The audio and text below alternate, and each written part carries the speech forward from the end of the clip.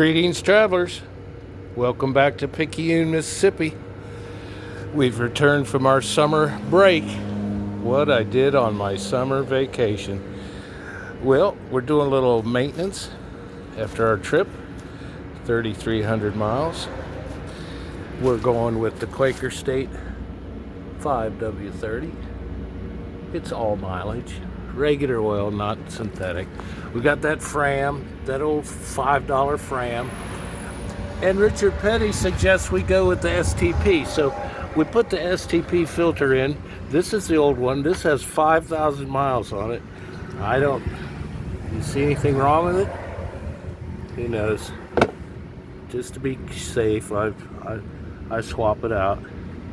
Well, let's get under here and do some oil changing. All right. Here's our little 9/16 drain plug on the G20. And there's our Fram. We'll use one of these guys to take the Fram filter off after I drain this oil. Little 9/16, and put your little drain bins off to the side, because when the Earl comes out, it's flowing, it's shooting out, and I use 2 pans just to make it easy to empty them.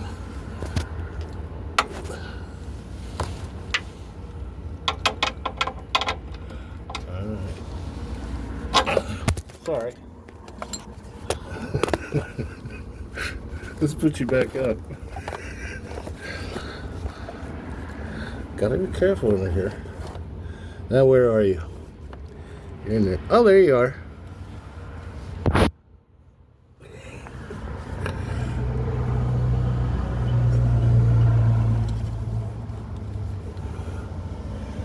It takes 5 quarts, 5.5 quarts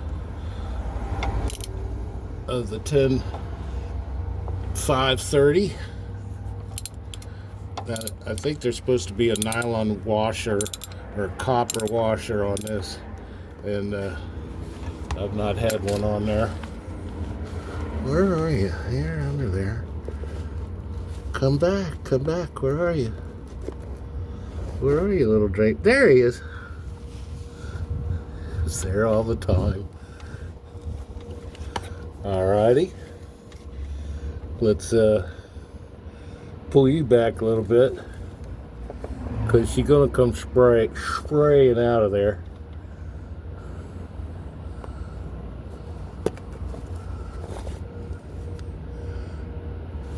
Steady. Okay, I know y'all want to see the Earl come out. Now, in Europe, I think you're supposed to wear gloves, but here in the Deep South, we don't give a flip. We just pull it out. Now, some of that oil, didn't change oil since Amarillo. There's some Amarillo right there. See that Amarillo right there? Then there's Little Rock, Memphis, Nashville, Knoxville. Pull our pan back. In fact, swap the pan.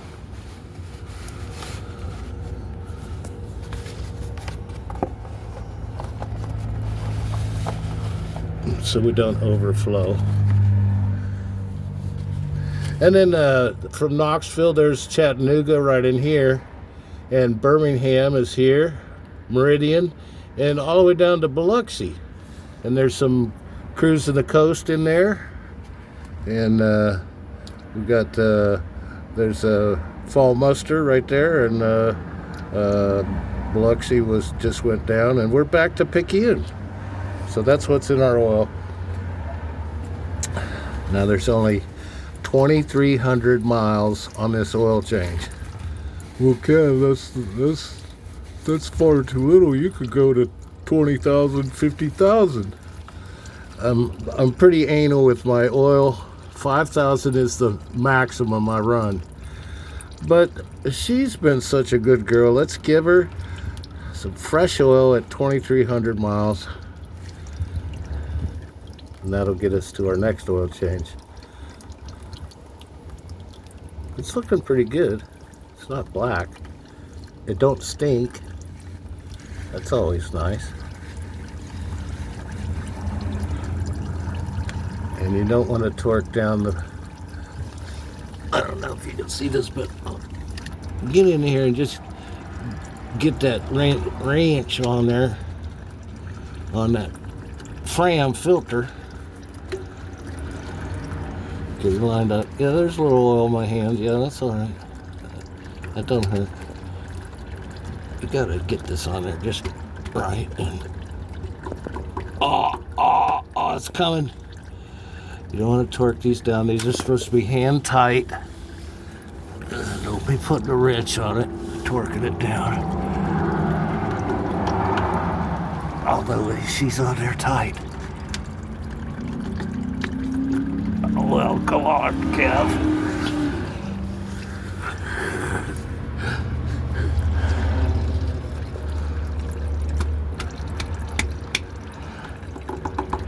Oh, come on, hon. It's moving. Take your time. No rush. It's just greasy oil all over me. Collapsing the filter. Well, that guy was not coming off, was it?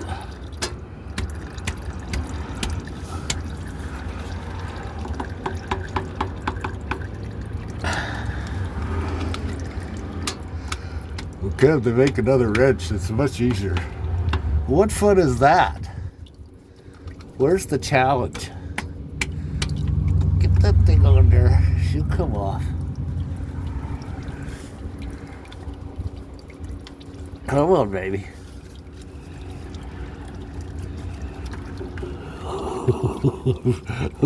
Twisting that thing all up. Well, we're not using that again, huh?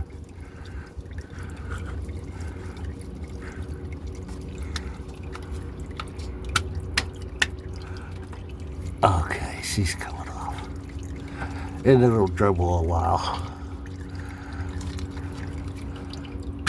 Now, someone said, you drain the oil, put a gallon of diesel in that oil, where the oil goes, put the plug back in, put a gallon of diesel and run the engine for 5 minutes, and that cleans it all out. I don't take any chances like that. There you go. There she comes.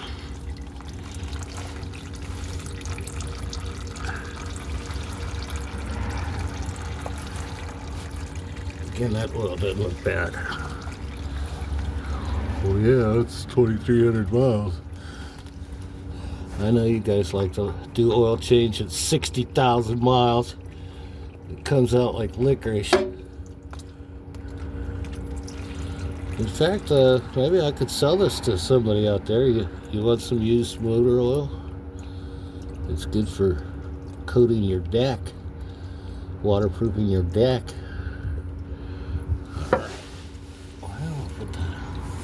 Now, we'll let that drain a while. It'll dribble, dribble, dribble. While we're doing that,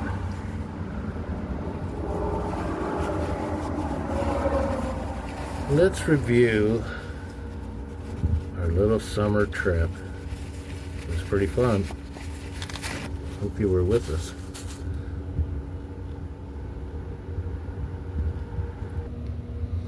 All right, let's check our GPS and see where'd we go. Well, back in June 27th, we come out of Picayune, cross Louisiana, near Baton Rouge. You take the 55 up to Shreveport. We stopped in Tyler, Texas. Nice Cracker Barrel. Got a little hot there in Dallas. Then up to 287. I'm sorry, yes, the 287. Am I shaking here? I should be. I'm so excited. Okay, the 287, we took it from Dallas up to Amarillo. Keeps going. And Wallensburg. On the 25, Interstate 25, Wallensburg is where you take your left and into the San Luis Valley. In Moffett, we stayed about 60 days. It's wonderful weather, high of 80, lows of 50 in July and August. They're pretty nice. Humidity about 14%. Daily rainstorm from 3 to 5, scattered showers every day. It was nice. And then after dark, better put your woolly socks on because it's going to get chilly. So we stayed there, wonderful people there. We worked on that festival and tooled around a little bit. Kind of smoky some days. The wildfires were about 100 miles or so west, but that smoke came through the valley and continued out into Kansas and Nebraska. It's a summertime event. I don't really quite understand it, but that's the way it is. We finished up our chores. We're just kind of hanging around, and I saw the weather report said out here in the plains, big pocket of cold air. Not real cold, but high 80s. Not 95 or 100, which you can get in August out in this area. So we made a dash for it. We come out, oil change in Amarillo, and a nice shower. Then across, this looks like Oklahoma. It doesn't really look like this. And Arkansas is looking pathetic on this map. But flat tire in Oklahoma, but we fixed it. It's no problem. Van's running great. Transmission. Thank you, Richie Strickland from Nicholson, Mississippi, with the transmission rebuild. Flawless. Just worked perfect. The fluid looks pink. It's nice. So we went on the 40. We crossed the 40. Memphis, stopped in Nashville a couple days, and on to Lenoir City, Tennessee. Beautiful Lenoir City. Worked on the Red Kelly cottage for about a month. Did some trashing around there, saw some old friends. Then back down to Chattanooga, the Choo Choo. Then on to past Birmingham and all the way back down. A little stop here in Picayune and then to the coast. We went to the cruise in the coast and the fall muster, and now we're back in Picayune, all done. Total miles was 3,300. Picayune to Moffett is 1,200, and Moffett to Knoxville was 1,400, and Knoxville to Picayune is about 550. So van ran great. Just had that flat tire in Oklahoma. Other than that, we was good. Now we're going to hang out here in Picayune. The weather is great. The humidity has dropped. The 95-degree temperatures are gone. We're getting low 80s. In a couple days, we'll be 45 at night, but it bounces back during the day, back in the low 70s, 75. Wonderful weather this time of year in Picayune, so stick around. Now we got a couple things to do, and then we're shooting for December 15th or thereabouts, and we'll take our little trip 600 miles, 650 to Tampa, and we'll hang out at the storage yard there. The man said, come on down, come on, and we'll hang out there at the storage yard and got chores in the area. Then weekend adventures down here to Okeechobee. Would like to establish a base, a winter base in Okeechobee. Some soul down there has a storage yard, or they've got fix-ups on their ranch or something. It's all country out here. This is a calm country out here, but not too far from Miami. So a weekender over to Miami would be great. So that's the plan. December 15th, go down there, stay as long as I can until it starts warming up here in Picayune, and then return for the spring. Springtime temperatures are great. Then it looks like middle of June, head back up here to Moffett. Summertime in Moffett. Oh, that's not Moffett. Summertime in Moffett is great. It's at where I stay. It's at 7,500 feet. The mountains surrounding go another 8,000 feet. And I have a lot of exploring to do in Colorado if the smoky forest fires don't keep me from doing that. So we did real well on that. Now, y'all have a manual, right? You got a manual, right? Come on. Well, with a manual and old YouTube, we keep the van running. And you'll notice in the back of your manual, you got a bunch of blank pages. And this is where my documentation is. This is oil changes, oil filters, tranny, whatever I'm doing. Make little notes and the mileage when I did it, maybe the date. And that way I can refer back to when I changed the oil, the filter, and things like that. Just make a little note in the back. Very handy. Hope y'all are doing that. What? You're not doing it? Come on. Now, on the trip, we had the PowerMate. This PowerMate is probably 8 years old. It's the 2000, the PowerMate 2000. It's a Coleman product sold at Walmart, but it's a 4-stroke motor, overhead valve, and quiet. It's not super quiet, but I mean it's quieter than a 2-stroke construction grade. You've seen them, those generators that are loud. This is pretty mild. It's very mild. And I used it out in Moffett a half a dozen times when it got hot in the afternoon. We're parked out there in the sun, and by dark it's cooling down. So I don't use it 24 hours a day, but very handy. If as a matter of fact, yesterday I had a dead battery, but I carry the old battery charger, the Schumacher. This is very handy. Got a dead battery, pull out the generator, plug in the battery charger, 10-15 minutes, I'm ready to go.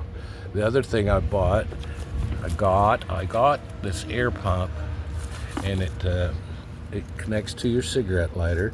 It has all accoutrements for filling up an air mattress or your inflatable duck or whatever you got. It's got a nice little gauge there, tells me how many pounds I'm putting in the tars. Plugs into cigarette lighter. Working real good. I like this thing. I think if you're going on trips like this, get you air pump, battery charger, generator. Now I know a lot of everybody got the solar panels and the forklift batteries and all the stuff that goes with the solar system. But there's no solar system yet that can run the AC efficiently like the generator. The generator takes a gallon of gas and will run my AC for 8 hours. Although I'm not using it 8 hours, that's plenty of time. With a small gallon of extra fuel, I'm good for the weekend. A couple of hot hours, turn it on. You can also, it says, when people talk about these generators, it has soft electricity. I don't know what that is, but they say it's for all your electronics, your laptops, your phones, and everything like that. Look how dusty that thing is. That's all Moffett. But here's a little UBS port. You can just plug your phone right in there. Here's a cigarette lighter. You could plug that air pump into it.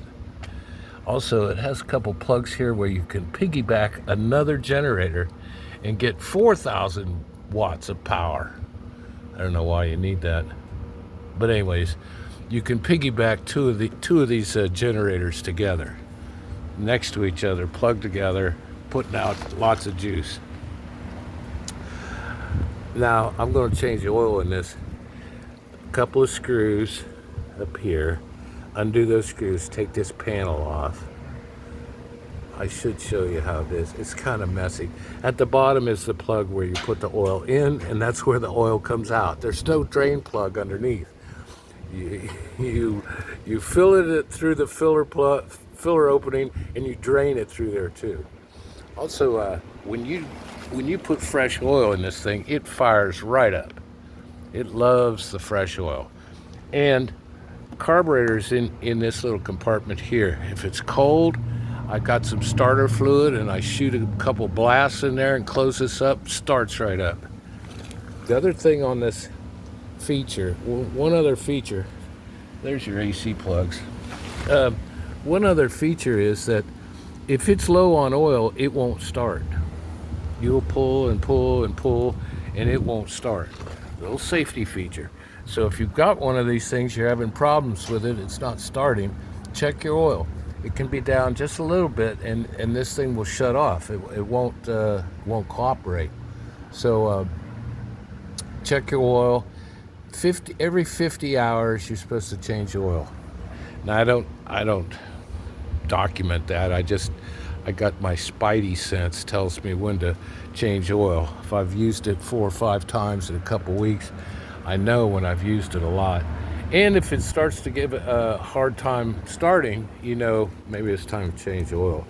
Takes the same oil as the G20, the 530, about 8 ounces of oil. I like to drain it, throw a cup of paint thinner or a brake fluid cleaner in there and drain that out. Kind of cleans everything, and put your fresh oil in there, and then you're ready to go. Okay, that's our update. Where we've been, what we've been doing. We're gonna stick around Picayune for a while with this good weather. Got some events coming up. Let me show you. Maybe you can see it on this big map. You see New Orleans right here? Well, just south of Slidell is Fort Pike, and it's a old fort. It's closed during the year, but they open it one day a year, and they're going to have a little reenactment there. I've never been to this event. It's a one day only this Saturday, but the fort itself is surrounded by water. There's water all over here, these bays and sloughs and bayous. So instead of going down for Saturday, I'll go Friday, see if I can't catch me a redfish or something, do the event on Saturday, and then stick around for Sunday. Hang around and fish some more. Make it a weekend. Then there's a reenactment. Let's see if I can get you. There's a reenactment up here past Macomb, up in here. I think it's in Louisiana. I think it's across. No, it's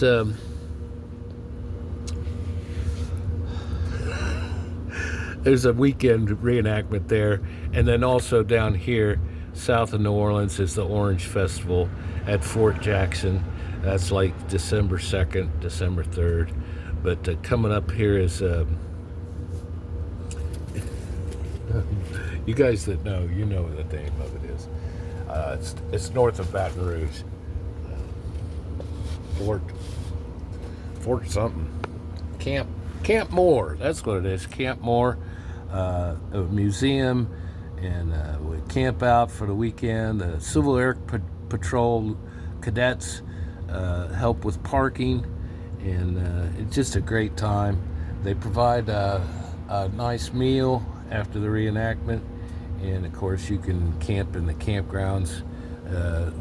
You can camp in the like I do. I park the van in the main parking lot, away from the canvas tents, the old-timey tents. That's where I park for the night. But I attend the camps and sit around the fire and BS and have snacks and refreshments. So that's coming up, and then it's on down to Florida for the winter. That'll be fun. So the goal is get me a nice base camp here in Okeechobee. Okeechobee's on the north side of the lake. There's some other little towns around the bottom here. And Get me wintertime camp there. Do chores, hang out, plug in. Then I think my summer times are going to be up here in Colorado. Right about there. Right there in Moffett, Colorado. Quiet, good temperatures, nice people up there. Except for those fires. I don't care for those fires. But anyways, that's the plan. If I can rotate my things, I've avoided the nasty heat down here this summer. I kept looking back and they said 95 degrees, 95% humidity for a month, 40 days, 50, 60 days. That's a little too much for me. So the only other way, if you're down south here and you want to get out of the heat, or if you're in the middle of the South here and you want to get out of the heat, people are going to the Upper Peninsula of Michigan. This is nice, cool weather up here. Or they go all the way to Maine. Get up to Maine for the summer heat. That's nice. Better bring your sweater because that gets pretty cool up there. But I think I found my place there in Colorado. All right, from the G20, as we do some maintenance, get ready for our next adventure. Hope you come along. This is your Coastal. We'll see you.